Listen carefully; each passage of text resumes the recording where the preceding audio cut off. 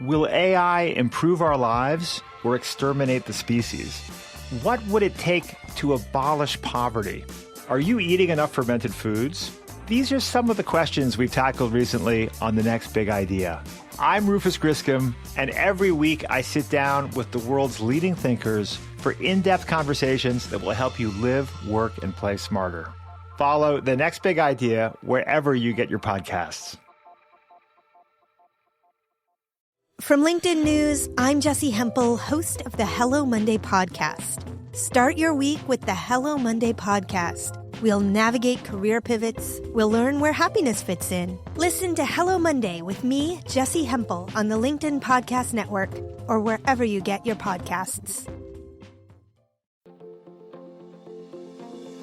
Hello, my friend, and welcome to another episode of Negotiate Anything. Thanks for spending time with us today. It's listeners like you in 181 different countries that have made Negotiate Anything the most popular negotiation and conflict resolution podcast in the world. I'm your host, Kwame Christian. I'm a business lawyer, mediator, professor, and the director of the American Negotiation Institute. Before we get started, I have two quick questions for you. Is negotiation a critical part of what you do? Do you need to resolve conflict and persuade at work? If you answered yes to both of those questions, visit our website to learn more about our negotiation workshops. We've traveled the country working with professionals just like you, and we'd love to have the opportunity to work with you too. Check out the link in the description to learn more. Our guest today is Liz Milan.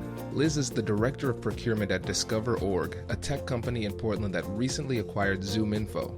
She's also an adjunct professor of negotiation and persuasion at the University of Portland's Graduate Business School. Liz was introduced to me by Becky Saltzman, who was a guest on the show last year. In today's episode, Liz talks about how digital negotiations impact trust, perceptions, and honesty, and what we can do to maximize our performance in these types of conversations. I know you're going to get a lot out of this one, so without further ado, let's jump into the interview. Liz, thanks for joining us today. Oh, I'm very happy to be here. How are you? I'm doing well, thanks. I'm better now that this podcast interview is happening. I'm excited to have you. Oh, yes, absolutely excited to be here.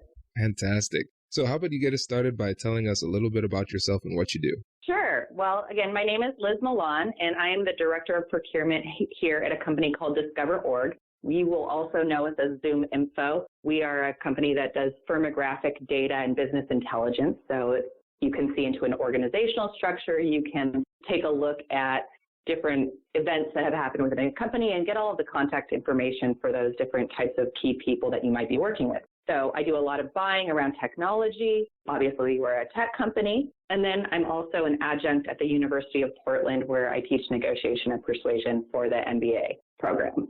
Fantastic. Well, we are excited to have you here, and we are especially excited for the three topics that you're going to have us focus on today. They're really great. Can you give us a quick summary of the three topics we're going to discuss? Absolutely. So these are topics that are near and dear to my heart because I basically live my life in front of a computer. So we're going to be talking about digital negotiation today, how we frame a negotiation before it begins, how digital purchasing has kind of changed our perception of what the range of possibilities are, and then how these types of technologies are changing the very conduct of negotiations, including aspects like speed and trust and honesty, and, what are tactics that make sense for us in those contexts. Fantastic. I am unreasonably excited about this because this is something that comes up in my workshops all the time. People always ask about negotiating via email, even text message on the phone, those type of things, because the majority of our negotiations now externally are happening from a distance, digitally. And Absolutely. So this is a great, realistic and practical episode today. So this is going to be good. Great. So let's start off with framing. So let's get an operational definition on the table first. When you say framing, what do you mean? So one of the things that I think is really often forgotten is that we expect a negotiation to begin when we start getting on the telephone, or even when we start walking into a boardroom or what have you. But all of the encounters that we're having before that are really where the bulk of our negotiations are going to occur, right? So how did we enter into a conversation to begin with the vendor? So a lot of, like I said, my basis is going to be around vendor negotiations. So that's kind of the context which I'll be using. And when it's like am I going to be, as a procurement person, the person that starts that conversation? Or do I have a technical stakeholder be the person that opens up that door? Am I going to ask for a document or some other kind of proposal right out of the gate? Or do I want to see what kind of an implementation they have and what kind of features they have? And those two types of things really can change where you're baselining and what you're moving towards. So when we're talking about framing, what we're talking about is, what does that first proposal look like, and how are we opening that conversation? So I think that those types of frames should be really used to create what your expectations are, and they should be identifying who the stakeholders are. So one of the first things that I think people often miss in these types of negotiations, especially when they're on the phone, are trying to understand who the other party is that they're talking to, right? We don't spend enough time on introductions. We don't spend enough time understanding what those people's roles and responsibilities are. And I think that trying to even understand who you're talking to can be something that is often missed. That's really interesting. So when we are at the beginning of the conversation and we're trying to understand the other side, who they are and what their impact and role will be in this negotiation, what are some things that we want to focus on? So I want to know who has decision-making power within the organization that I'm working with. I want to know also, what is the process if I'm going to ask for something that's outside of the norm to actually get that product or that change modified, right? So I might literally ask, if I need a price change, are you the person that can do that, or is there somebody else that you would work with within your organization to achieve that? Now, right. If you ask that question, a lot of times people try to withhold that information, especially if they're not the person. Nobody likes to admit that they don't have that type of power. So if they are a little bit vague with their response, how hard do you push? What type of things would you say? I might just say, tell me a little bit more. Maybe that's not the right question, but could you just tell me about what the process is? Do you need to include a technical stakeholder, or do you need to include a VP? Do you have a range that you typically work with? But if you're working with an organization like ours that has, extreme growth, is that something that is considered? And I feel like most people, they want to, especially in these early stages, build relationships, but they don't want to put up a bunch of blockers. And especially when you take the time to say, who are you? What do you do?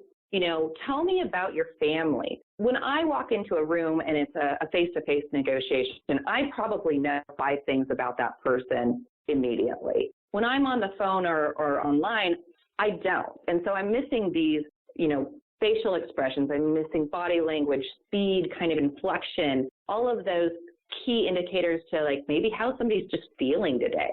And those are extremely powerful in building a relationship and also just moving a conversation forward. So bringing back those kinds of items to who is the person I'm actually dealing with? What kind of pressures are they under? Did they have breakfast today? Are they hungry? What, seems kind of simple, but it does pay dividends over the course of the relationship.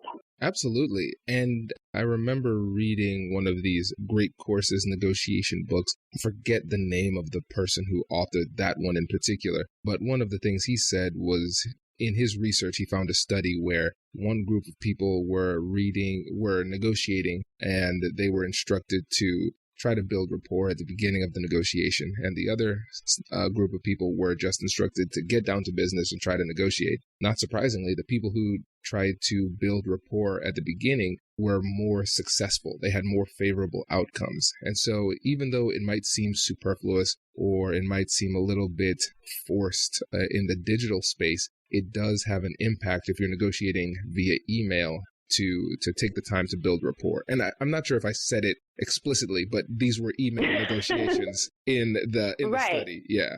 Right. And I think that this would kind of hop in around a little bit about what some of our key topics are, but none of these techniques should be used, or none of these technologies should be exclusive to one another, right? They should be an entry point to another conversation, or they should be a tool to communicate most effectively. But one of the things that I found really interesting, so in my class, I've had all of our students run digital simulations, right? So they go through a course and they are given two different unequal kind of roles to play. And they're asked to do some of them face-to-face, and then they're asked to do the others completely online or with one phone call. And people going into it expect that because they spend so much time on email that it's going to be faster, that it's going to be something that is easier for them because they can say no more effectively. What we find is that they're actually less likely, and we consider this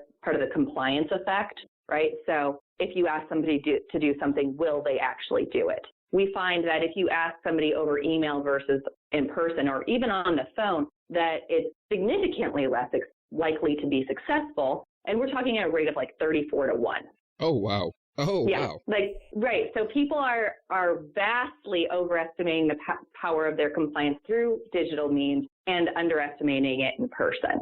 That's really interesting because I think a lot of people would assume it is the other way around because of the fact that email leaves a very clear digital paper trail. But what you're saying is that it's the exact opposite. Even though it does leave a paper trail, it doesn't lead to compliance. That's correct. And one of the other things that's really interesting is that we see that people are more likely to lie, to exaggerate, bluff, right? So you don't have to hold a poker face when you're writing over email. But what's also interesting about that is that lives on, right? So what you've said is contained forever.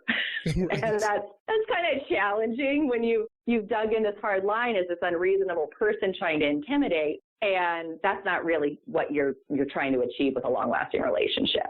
That's insane. I can't believe it. That's crazy. That's shocking. But I can see where there would be a greater propensity to lie because there is a little bit less empathy. There's that human connection is lost to a certain extent. So if you can dehumanize somebody, you can treat them poorly. It's easier for them to be treated poorly when you have that distance. But it's interesting, right, even considering, again, the digital paper trail, that they'd be willing to make that risk. But I think that's really great for us to know when it comes to how we manage ourselves in these difficult conversations and how we talk about certain things and which medium we use to talk about certain things as well. Does your company invest in professional development training? If you believe that your team would benefit from a negotiation workshop, all you need to do is go to our website, fill out the workshop request form, and then we'll set up a time to chat. These workshops are completely customizable, and we've done them all around the country. Negotiation and conflict resolution skills are beneficial across all professions, but they're especially useful in procurement, purchasing, sales, sourcing, and contract management. Our calendar is filling up quickly, and we even have some workshops scheduled for next year. If you think you might want one, I'd suggest reaching out soon so you don't miss out. Check out the link in the description to learn more. And now, back to the show. Brace the rudders! Raise the sails! Raise the sails! Captain, an unidentified ship is approaching. Over. Roger. Wait, is that an enterprise sales solution? Reach sales professionals, not professional sailors. With LinkedIn ads, you can target the right people by industry, job title, and more. We'll even give you a $100 credit on your next campaign. Get started today at linkedin.com/marketer. Terms and conditions apply. Right, and even in that case, when we're talking about efficacy, we're not necessarily even getting the best out of those mediums. So when I ran that same simulation on my students this month, as I did last year, and I had those folks do it in person, there was no brainstorming that occurred on the digital space. Some of the students ended up spending like 3 or 4 hours going back and forth, just, typing out responses. Whereas if they were in a face-to-face encounter, that would have been an hour, right? And so is that even actually saving us time is a real question. Wow. Okay. And so now this is going to be difficult for you to answer in just a general sense, but we'll see. We'll see if this works. When it comes to email versus phone call, let's assume that the person is in a location where we can't meet them face to face. It's not practical. So email, phone call, text message. Let's throw that one in there too. what conversations would you have via email? What would you do via text? And what would you do via phone call? So just even stepping back a little bit, I would probably, for the most part, work to make sure that I'm replicating the tools that we have in a face-to-face encounter as much as possible. So the best is going to be something like a video conference if you're using it well, right? But things that I think are really effective in email are if we want to track back to specific proposals, if we want to itemize items that could get lost, like a specific user count, a dollar value, right? Things that are not as effective are maybe an implementation plan, how we're going to move forward together, what our joint marketing is going to look like, right?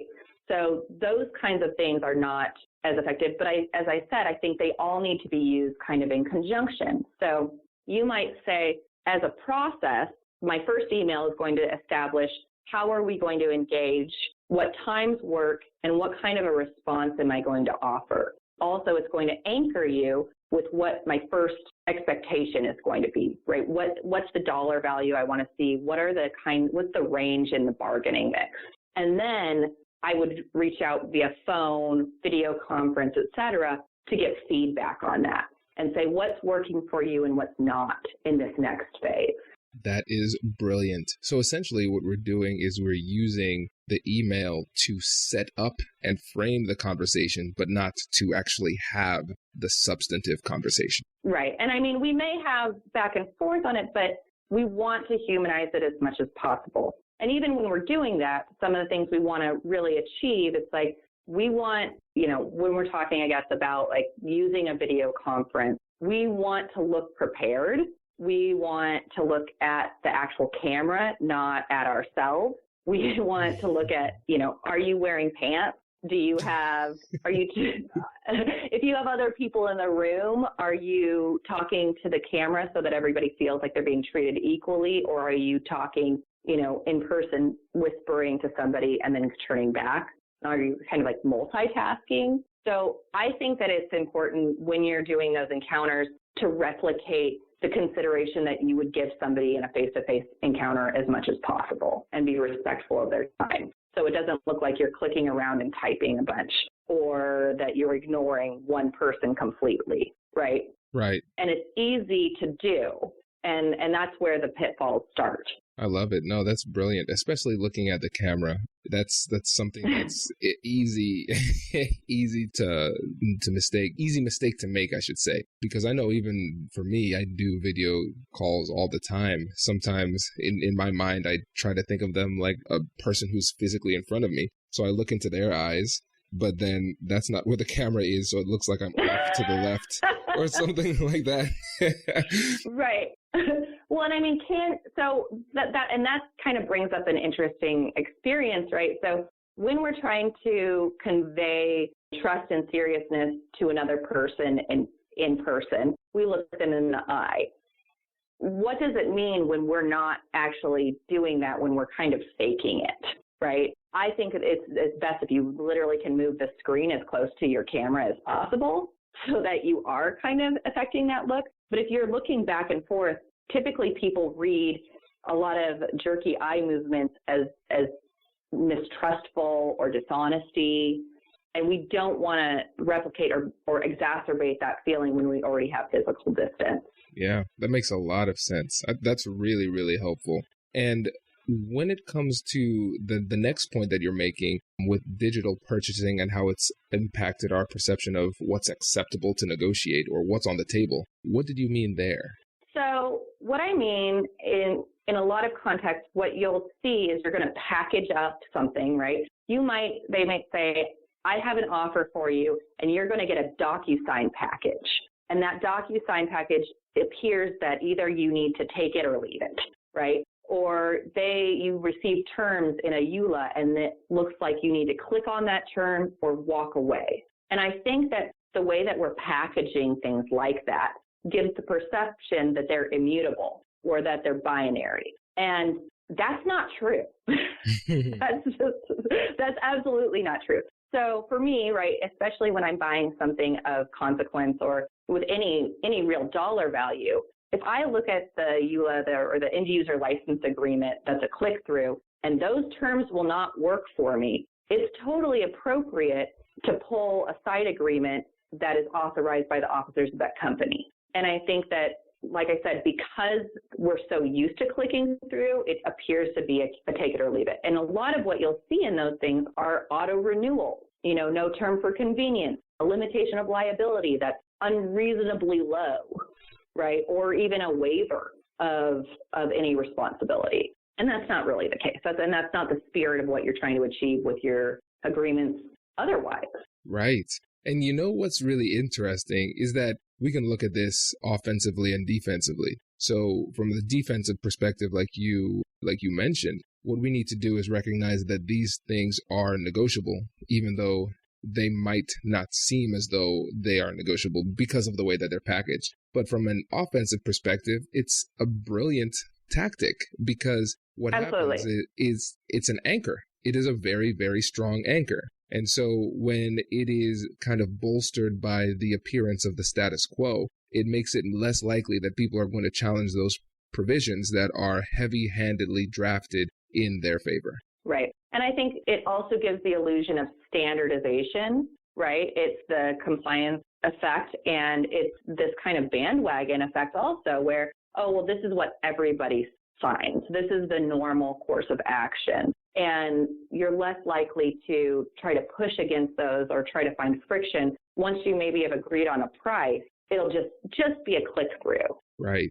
I don't think that that's usually very advantageous. So for somebody who is faced with that, how would you start the conversation when you're saying, hey, these standard terms, I'm using air quotes as I say standard terms that you provided me with in this DocuSign, they don't work for me. What would be the first step in having those negotiations? Right. So I would actually go back to the first topic that we had, which is framing that interaction. So when I ask for a proposal, I don't want just what your costs are. I would ask for them to provide me any and all documents that I would be required to adhere to. And so I'm not saying sign, because maybe a frontline sales rep doesn't hear that a EULA is a signature, though it carries the same weight and force of law. I want to know, inclusive of your privacy agreements, your click-throughs, any of those types of things, what is included that I need to be reviewing so I can get a whole picture of the deal. I like that. No, that's a really great way to start. And then that essentially lets them know exactly what's going to happen next, right? Because the only reason that you would ask for that is if it's going to be reviewed to some level. And so I think that's a really great way to open the conversation. And to some degree, not all of those. If you're talking about $50, you might just waive it, right? But if you're talking 10,000 or more, these are things that you want to probably consider. Mm-hmm. Exactly. No, I really like that. And then I know we spent so much time on number one that I wish we could go into number two in more depth, but I want to make sure we still have time for number three. But before we do, I think this is a really great sign. That means you're probably going to have to be a repeat guest. So that's good news. Yeah. Well, this is my favorite topic. I could talk about it all the time, and I absolutely love people who want to hear about it. So, fantastic. Well, this is great. The place for you. Perfect. Okay. So number three, how has the use of technologies changed how we conduct negotiations, including expectations related to speed and honesty? And we started to talk about this a lot in number one, but I really want to get deeper into the honesty side, because whenever I talk about getting information from the other side in my workshops, inevitably somebody asks, what about dishonesty? What if I'm getting information, but it's not true information? So in these conversations digitally, what can we do to try to vet the information that we're getting? Well, I was going to say, the first thing that I try to take inventory of is the information that I'm actually putting out. So does my email sound angry? Does it sound more forceful or disconnected than what I would normally sound like if I was speaking? And so for me, I want to start with reading those back to myself, both in my normal voice, like, oh, dear so-and-so, hope you're having a nice day. And then, go into those next spaces. And then I also want to do it with my like really nasty, snotty voice, right? That's like, hey, how are you? This kind of because we are going to assume, number one, that anything that's received is probably going to be read in the worst version of ourselves. So even one thing, when we're detecting dishonesty, we're going to assume it more likely when we're encountering a digital space. I would ask that if you're when you're getting these types of things in writing, people discussing their state of being needs to be a timeout opportunity. If somebody's saying, like, I'm very angry, I'm very frustrated, I want to see these kinds of modifications to our price, yada, yada, yada, right? I would say, great, I hear what you're saying. I want to take a timeout and step back because you're expressing a lot of frustration, and I want to make sure that we've addressed that before we move on to anything else. I think, it's like an opportunity for a ceasefire, but I would mirror that back to them and say, I'm receiving a lot of what appears to be conflicting information, or I'm receiving what seems to be like extremely what I consider exaggerated or hyperbolic. But I think that this is an opportunity for us to level set and maybe start fresh, because you're going to get people who are fairly meek or fairly quiet, but respond when they're doing an email like, this is a final notice. This is my absolute, I am livid kind of stuff that they would never actually approach.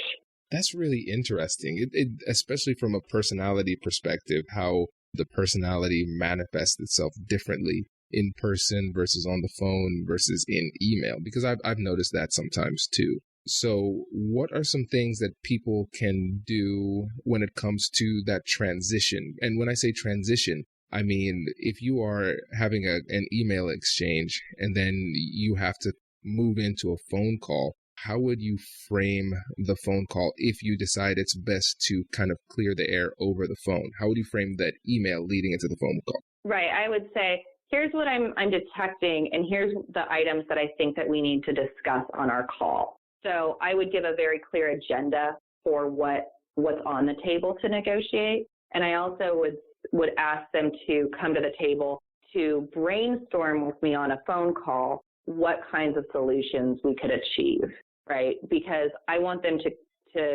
I want to either know if they are a bad faith negotiator, right? And if they say, are going to reject my, inroads to try to come to a solution, there may not be a deal there. And so you don't want to bury a lot of hours in something that's not going to come to fruition. That makes sense. And I really like the way that you framed it too, because you're in the email leading into that conversation, you are framing it as a brainstorming session and working with the other side. And so that helps them to think about it in a more collaborative way, because you don't typically brainstorm with enemies, right? Right. And you don't brainstorm on email because it looks like those are agreements. That makes a lot of sense. Yeah, that makes a lot of sense. So it's clearer when it's a brainstorming session to do it in person. Or on the phone. Right. Right. And if you always start with, look, I'm not making any commitments here. I'm trying to see what kind of a package, right? We know that we need to have puts and takes to get to an agreement. What could some of those items be? Right. Where can we flex, right? Because there's still, when somebody's looking maybe at their catalog, that's really myopic for what I can give and take, right? But that doesn't talk about the shape of money, the speed of money, different risk parameters that somebody might be concerned about, scalability in the future, additional services, all of those kinds of elements that are of relevance for the relationship. Gotcha. Yeah, that makes a lot of sense. This is great. And this is a lot of restraint on my side because I want to keep asking questions, but we have to be respectful of the time of the listeners. But Sure. Before you go, can you tell the listeners what type of exciting projects you're working on and how they can get in touch with you? Again, so I work for a company called DiscoverOrg. We are expanding rapidly into the market, but we can offer lots and lots of different firmographic tools that allow your sales teams, your recruiting teams to be better and able to have the right type of data that they know or they need for sales intelligence right away. On the other side, the University of Portland is absolutely accepting new students, and we love ambitious MBA students that are looking to be leaders in our community and, kind of grow the business for our region and the country, et cetera. Fantastic. Perfect. Well, Liz, thank you again for coming on the show. We really appreciate it. Oh, it's my pleasure, as always, and I look forward to seeing you when you come to Portland. Absolutely. I'm excited to be there. That's going to be fun. Yeah, great. Perfect. Hey, thanks for listening to this episode. If you're liking what you're hearing, please leave a review and subscribe, and tell your friends. Our goal is to help as many people as possible, and when you leave reviews, it makes it easier for people to find us in the searches. Thanks again for being a listener. I'll catch you in the next one.